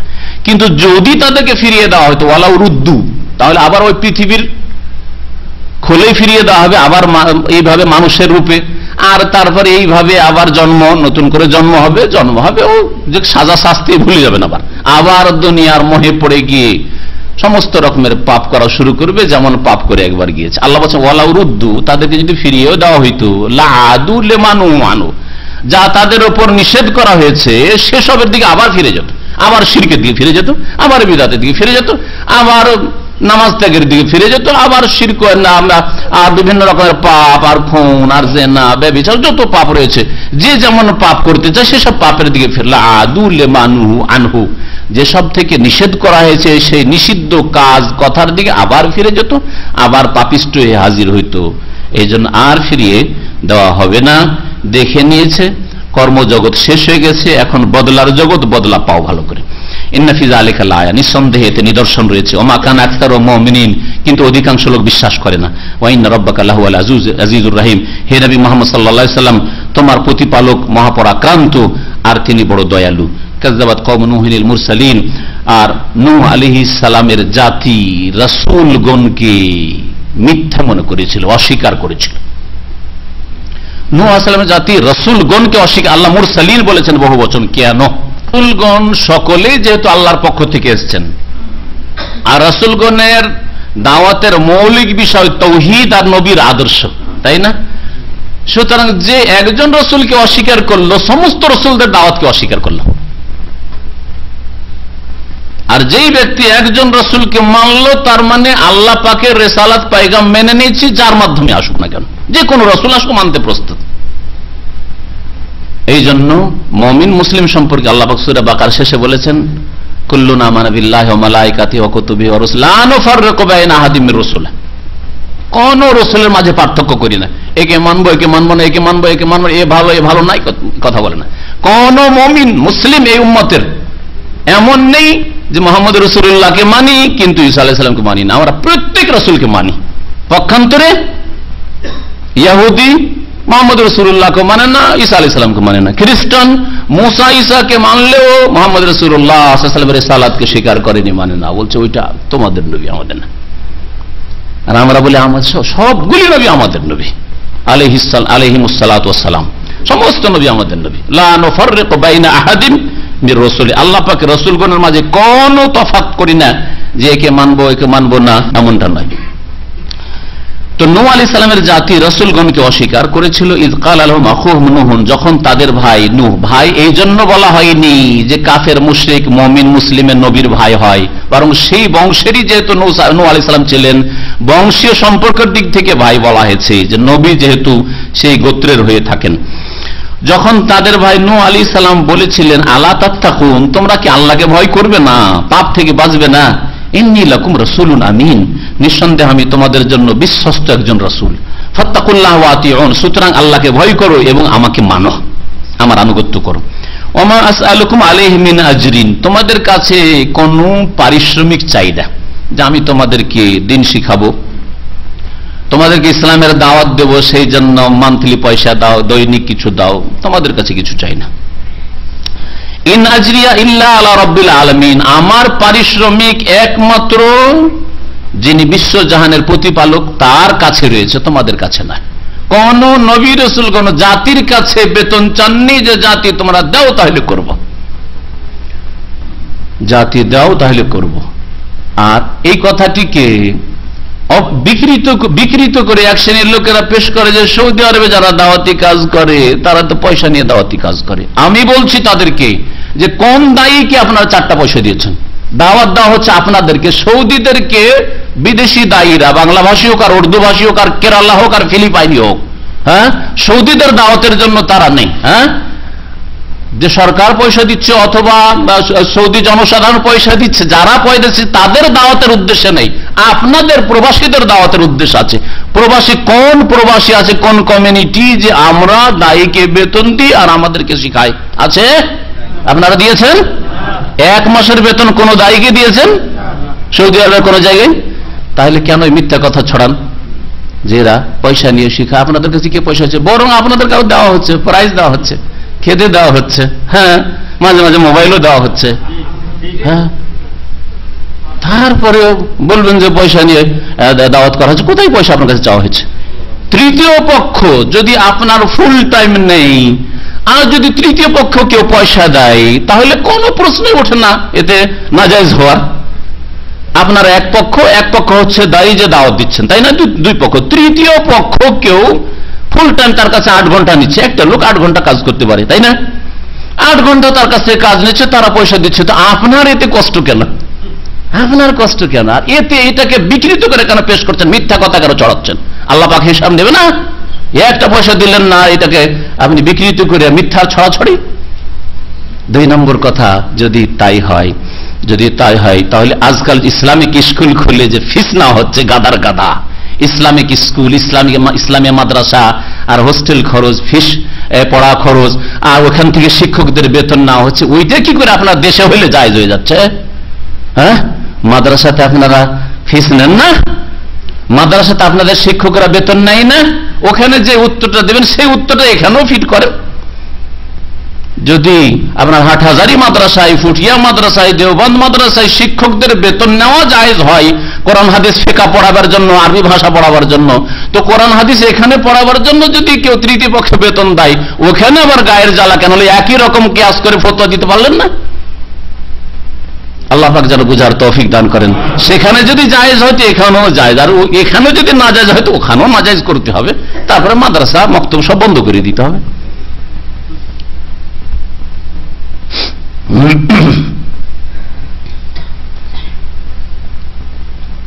আল্লাহ পাক রব্বুল আলামিন ইরশাদ করছেন যে নূহ আলাইহিস সালাম বলেন ফাত্তাকুল্লাহ ওয়া আতিউন, সুতরাং তোমরা আল্লাহকে ভয় করো এবং আমাকে মানো। দুইবার করে তাগিদের জন্য বলেছেন, অথবা দুটি বিষয় প্রসঙ্গে বলেছেন যে আমি যেহেতু বিশ্বস্ত রাসূল সুতরাং আমাকে মানো, আল্লাহকে ভয় করো, আর আমি যেহেতু তোমাদের কাছে একটা পয়সাও চাই না সুতরাং আল্লাহকে ভয় করো, আমার কথা মানো। কালু, তখন তারা উত্তরে বলেছিল নূহ আলাইহিস সালামের জাতি, আনুমিনু লাকা, তোমাকে কি করে বিশ্বাস করব, তোমার প্রতি কি করে ঈমান নিয়ে আসবো, ওয়াত্তাবাকাল আরজালুন, অথচ তোমার অনুসরণ করে নিচু শ্রেণীর মানুষরা, তোমাকে নিচু শ্রেণীর মানুষ বিশ্বাস করে, তারা তোমার আশেপাশে বসে, তুমি তাদের সাথে বসো, আমরা কি করে তাদের সাথে বসতে পারি? এটা হইতে পারে না।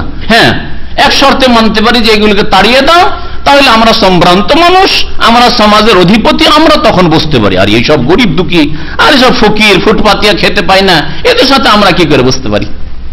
এই রকমের যে চিন্তাধারা আমাদের মুসলিম সমাজের শিক্ষিত লোকদের থাকে, যে আমি যেহেতু প্রফেসর, আমি যেহেতু লেকচারার, আমি যেহেতু ইঞ্জিনিয়ার, আমি যেহেতু ডাক্তার, আমি যেহেতু মাসে 10-20-30 হাজার রিয়াল ইনকাম করি, সুতরাং 300 টাকা 400 টাকা 500 টাকাওয়ালা ক্লিনারদের আলোচনা যেখানে শেখ করেন ওইখানে কি করে বসবো, আর এই মেঝেতে কি করে বসবে? হ্যাঁ, আমাদের জন্য স্পেশাল যদি একটা কোর্স করা হয়, একবারে 4 টেবিল আর একবার স্পেশাল হলে, হ্যাঁ, তাহলে আমরা বসবো। তাহলে এই চরিত্রটা কি নূহ আলাইহিস সালামের জাতির চরিত্র নয়? অবশ্যই চরিত্র। এইরকম যদি সামান্য মন মানসিকতা থাকে, ইসলামী সেন্টারে ওই অশিক্ষিত লোকদের সাথে বসা আমাদের পক্ষে সম্ভব।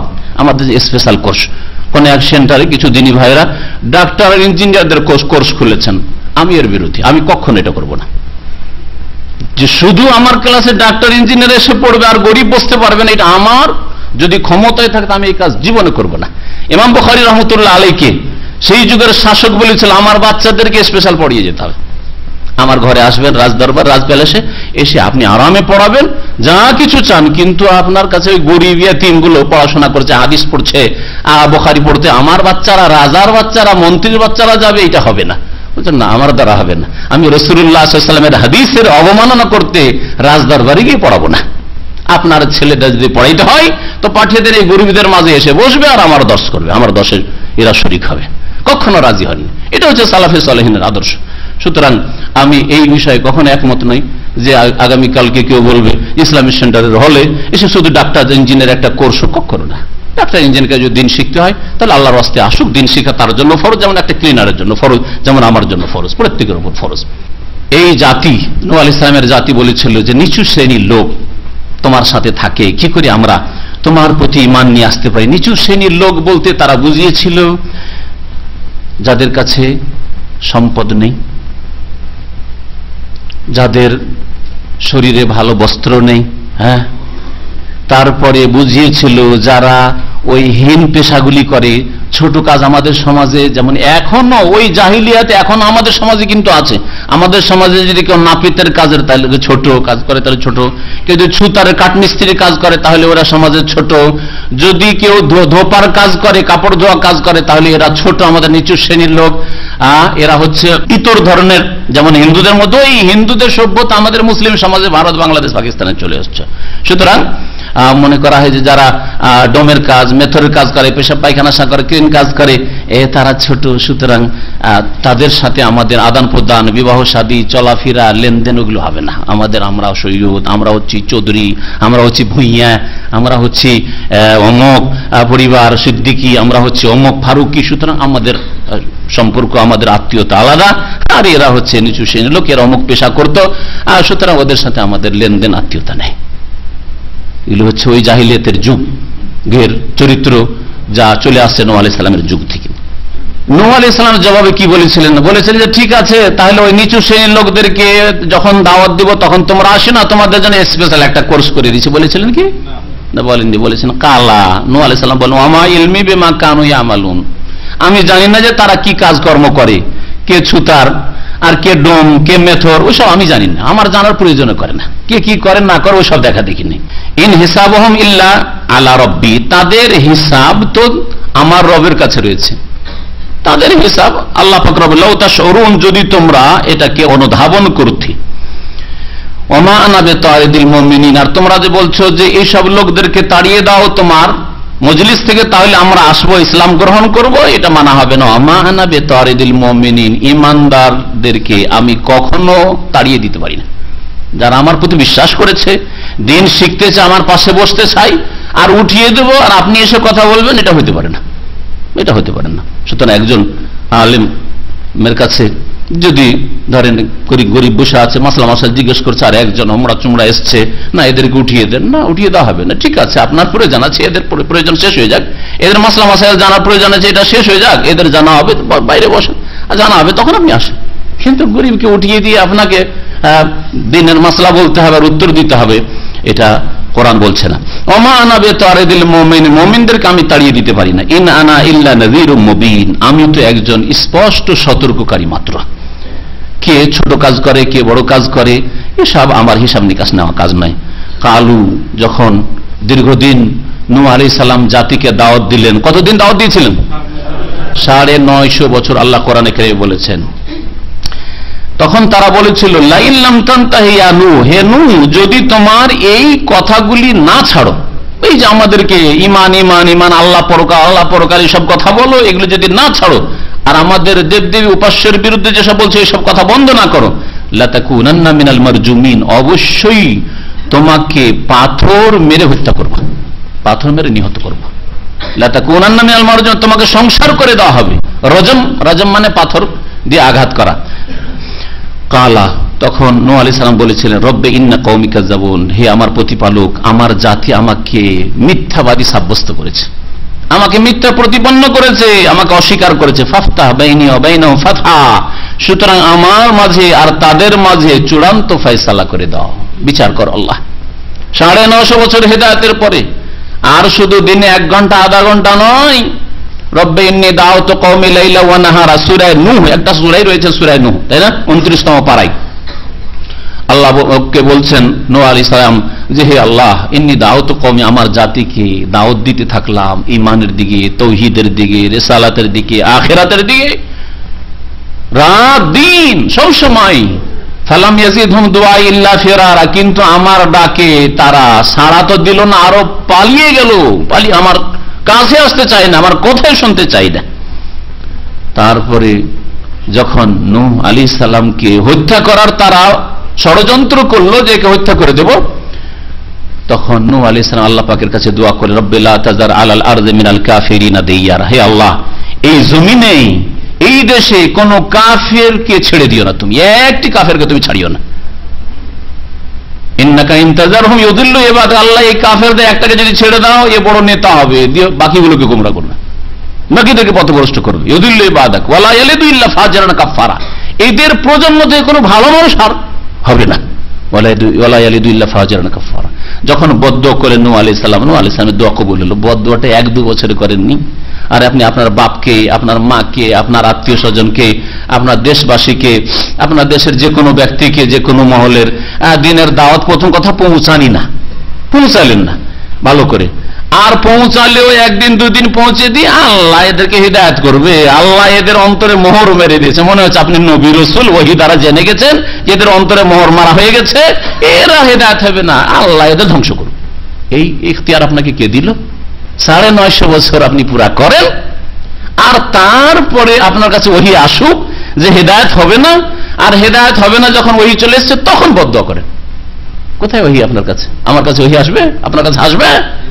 ওহী আসবে না। তাহলে নিরাশ হবেন আল্লাহর রহমত থেকে। কখন যে আল্লাহ পাক কোন জালেমকে আর কোন কাফেরি, কোন মুশরিককে, কোন বেনামাজিকে, কোন পাপীকে যে হিদায়াত করে দেন, আপনার কাজ হচ্ছে দোয়া করা, মেহনত করা, দাওয়াত দেওয়া। আল্লাহ আমার মাঝে এবং তাদের মাঝে চূড়ান্ত ফয়সালা করে দেওয়া, নাজ্জিনি ওয়া মান মাইয়া মিনাল মুমিনিন, আমার সাথে যেসব মুমিনরা রয়েছে তাদেরকে আর আমাকে তুমি রক্ষা করো, নাজাত দাও এদের কবল থেকে। ফানজাইনাহু, আল্লাহ পাক বলছেন যে নূহ আলাইহিস সালামকে আমি রক্ষা করলাম, ওয়া মান মাহু, আর তার সাথে যারা ছিল ঈমানদার তাদেরকেও রক্ষা করলাম। হ্যাঁ, নাজাত দিলাম কিসে করে? ফিল ফুলকিল মাশহুন, বোঝাই নৌকায়, বোঝাই জলযানে, বোঝাই পানি জাহাজে। যেই পানি জাহাজ বা নৌকা আল্লাহ পাক রব্বুল আলামিন তৈরি করতে বললেন নূহ আলাইহিস সালামকে, নূহ আলাইহিস সালাম এই নৌকা তৈরি করে, এটা ঠাট্টা মজাক করে, কি করবে রে, এ কি বালিতে শুকনো জায়গায় নৌকা চালাবে নাকি, পানি নেই দেশে? আল্লাহ পাক এমন পানি দিলেন যে পাহাড়ের উপরে গিয়েও তার ছেলে নূহ আলাইহিস সালামের ছেলে বাঁচতে পারলো না। বোঝাই বলা হয়েছে এই নৌযানকে, এই জন্য যে তাতে মানুষ বোঝাই করা হয়েছিল যারা মুমিন মুমিনাত ছিল, নারী পুরুষ, হ্যাঁ, পশু জীবজন্তু বোঝাই করা হয়েছিল, মাল সামান বোঝাই করা হয়েছিল, বোঝাই ভরপুর এই নৌকা বা নৌযান। তাতে করে আল্লাহ পাক নাজাত দিলেন, রক্ষা করলেন নূহ আলাইহিস সালামকে এবং নূহ আলাইহিস সালামের প্রতি ঈমানদার লোকদেরকে। সুম্মা আগরাকনা বাদুল বাকিন, তারপরে অবশিষ্টদেরকে আমি ডুবিয়ে ধ্বংস করলাম। ডুবিয়ে ধ্বংস করলেন নূহ আলাইহিস সালামের জাতিকে, যেমন ডুবিয়ে ধ্বংস করেছে আল্লাহ পাক রব্বুল আলামিন ফিরআউন এবং ফিরআউনের জাতিকে। ইন্না ফি যালিকা লাআয়া, নিঃসন্দেহে এতে নিদর্শন রয়েছে। ওয়া মা কানা আকসারুহুম মুমিনিন, কিন্তু অধিকাংশ লোক আল্লাহ পাকের নিদর্শন থেকে শিক্ষা নিতে চায় না, বিশ্বাস করে না। ওয়া ইন্না রাব্বাকা লাহুয়াল আজিজুর রাহিম, হে নবী মুহাম্মদ সাল্লাল্লাহু আলাইহি ওয়াসাল্লাম, তোমার প্রতিপালক নিঃসন্দেহে মহাপরাক্রান্ত, তাকে কেউ পরাজিত করতে পারে না, হারাতে পারে না, আর তিনি বড় দয়ালু। সুতরাং মানুষকে অনেকবার ক্ষমা করেন, অনেকবার আল্লাহ পাক অনেক দিন ছাড় দেন, আর তারপরে আল্লাহ পাক রব্বুল আলামিনের অবাধ্য হয়ে গেলে আল্লাহ পাক ধরেন। আল্লাহ পাক রব্বুল আলামিন যেন আমাদের গুনাহ খাতা মাফ করে দেন, আমাদের নেক আমলের তৌফিক দান করেন। আল্লাহ পাক রব্বুল আলামিন আমাদের দুনিয়া আখিরাতে যেন সুখী করেন, বালা মুসিবত যেন দূর করে দেন। আমাদের আত্মীয় স্বজন মুমিন মুমিনাত যারা দুনিয়া থেকে বিদায় নিয়েছে, আল্লাহ পাক রব্বুল আলামিন তাদের যেন রুহের মাগফিরাত করেন, জান্নাতুল ফিরদাউস দান করেন, কবরের আযাব যেন দূর করে দেন। রব্বানা ইগফির লানা ওয়া লিইখওয়ানিনা আল্লাযীনা সাবাকুনা বিল ঈমান ওয়া লা তাজআল ফী কুলুবিনা গিল্লাল লিল্লাযীনা আমানু রব্বানা ইন্নাকা রাউফুর রহিম। ওয়া সাল্লাল্লাহু আলা নাবিয়িনা মুহাম্মদ ওয়া আলা আলিহি ওয়া সাহবিহি আজমাইন।